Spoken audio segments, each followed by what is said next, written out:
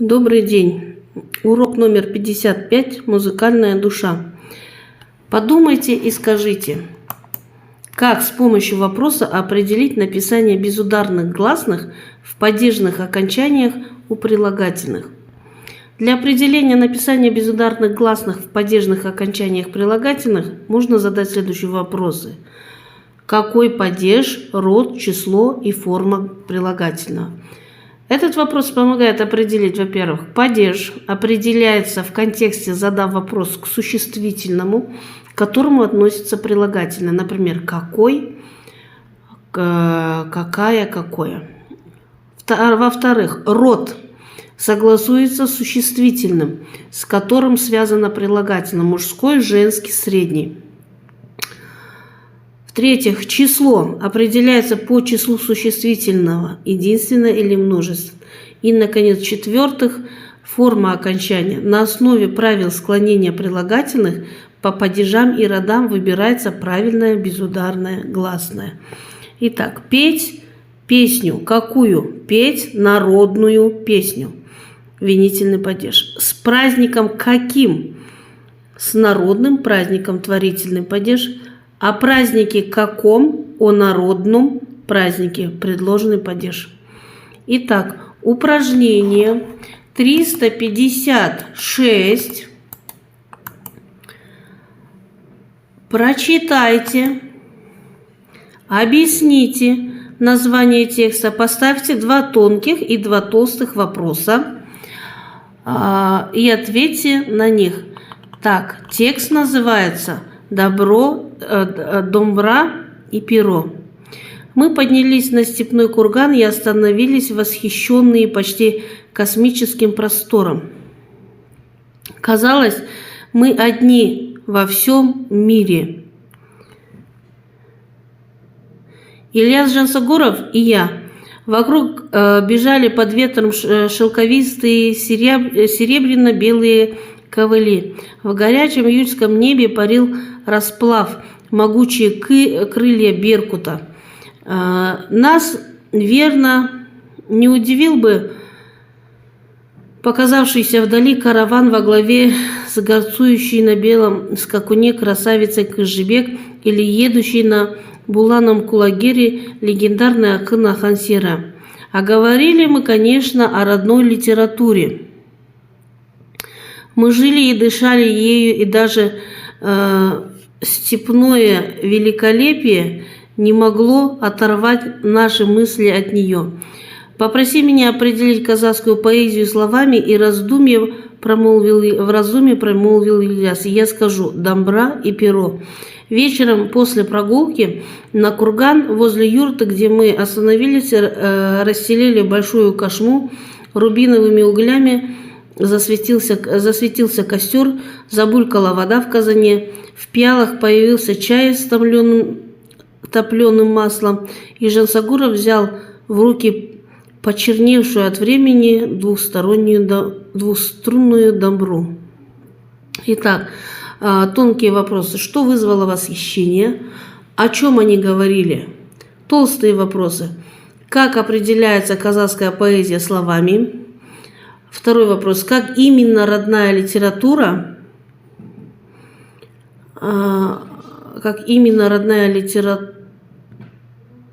обогащала писателей? Домбра и перо – олицетворение казахской поэзии. Итак, упражнение 357. Литературный диктант.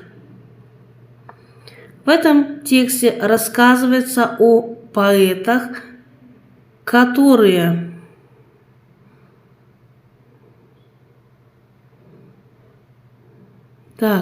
основную мысль текста можно сформулировать так. Казахскую поэзию для молодых людей олицетворяет домбра и перо. Третье. Ключевые слова этого текста. Родная литература, казахская поэзия, домбра, перо. Четвертое. Текст можно озаглавить, например, так: родная литература. И в этом тексте автор утверждает мысль о том, что в этом тексте автор утверждает мысль о том, что родная литература для поэтов и писателей значит многое. Итак, упражнение 358. Выпишите из текста «Домбра и перо» выделенные словосочетания, объясните написание гласных в падежных окончаниях прилагательных. Образец с космическим простором. Простором каким? Итак, выполняем.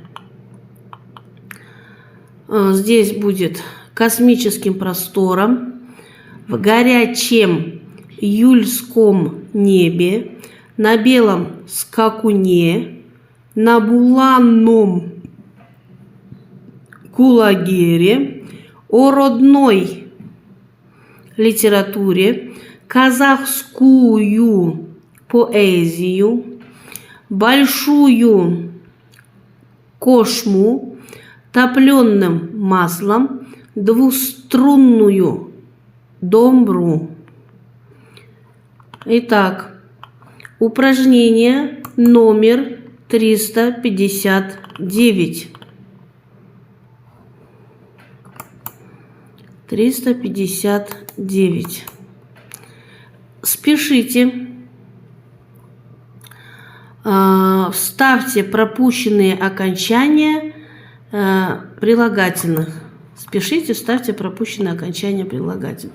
Так, с великим поэтом, о казахской литературе, со старшим сыном, о старинной легенде, с главным героем, несчастному отцу, за диким зверем, чужую землю, жестоким ханом, о страшном случае, о старом акыне с двухструнной домброй. Итак, Курмангазы был народным композитором. Народное относится к слову композитором. Композитором существительное мужского рода стоит в творительном падеже в единственном числе. В этой форме у прилагательного окончания «им» композитором каким? Пишу народным. Итак, упражнение 360. Прочитайте, придумайте заголовок к тексту. Курмангазы – великий композитор. Так, текст я перечитывать не буду. После того, как прочитав, текст можно заглавить как «Великий композитор Кише». Так, учимся правильно применять правила. В окончаниях имен прилагательных после шипящих под ударением пишется буква О, без ударения буква Е. Чужой земли, хорошего настроения. Мы не говорим хорошего настроения. Итак, работа в группах. Первое.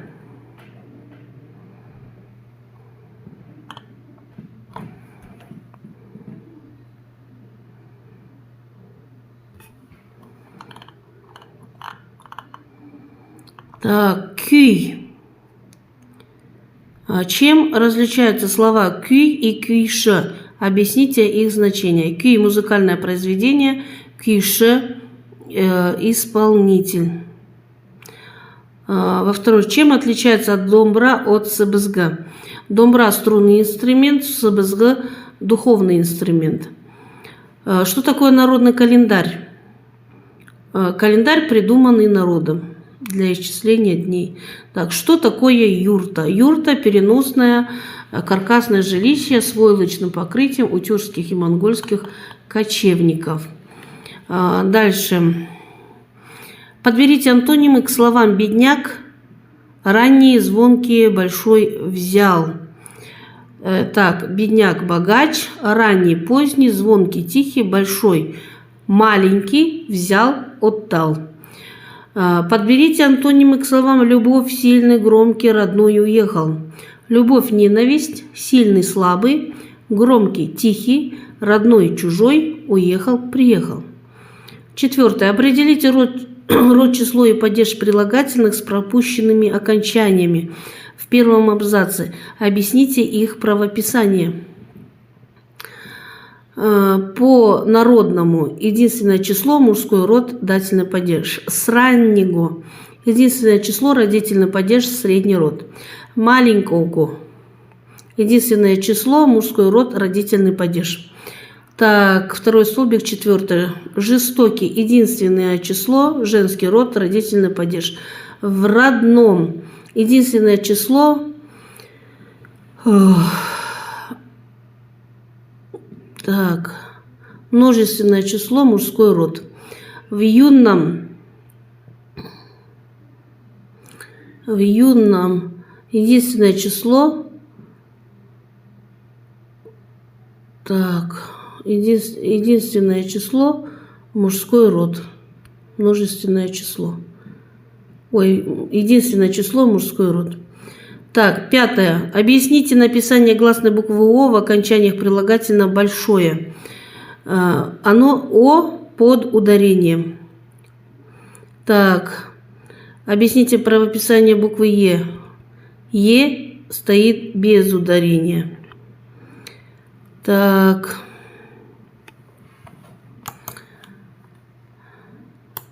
Упражнение 361.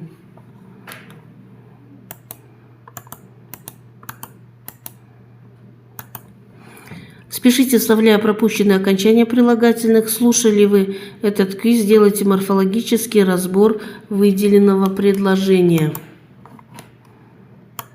Итак, простого,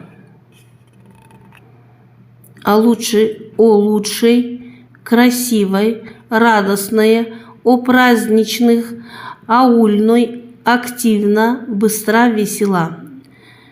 Итак, радостное, радостный, имя прилагательное, полное, качественное, неодушевленное, мужской род, единственное число, винительный падеж.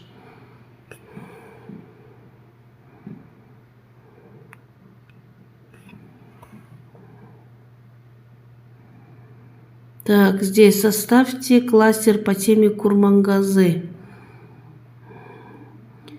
Так, Курмангазы родился в 1818, урочище Шеделя, Домбра, мать Алка, Кишузак, бродячий Киша.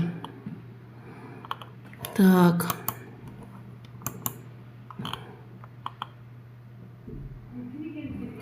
Так, речевой тренинг.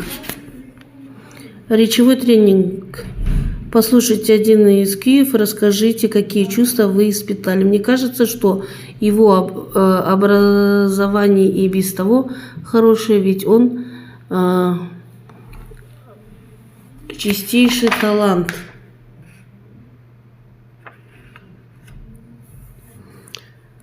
Так.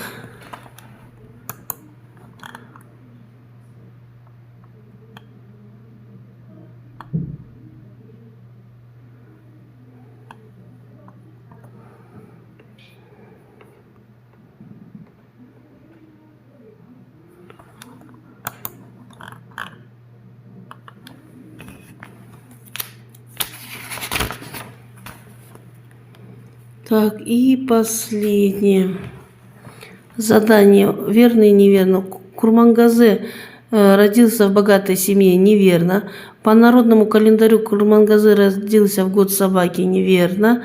Балбараон Күй Курмангазы. Верно. Мать Курмангазы звали Алка. Верно. И 18 лет Курмангазы уехал из родного аула. Верно. Так, на этом спасибо. Не забудьте повторить морфологический разбор имени прилагательного на странице 121-122. Спасибо за внимание. Не забываем подписываться. До скорого.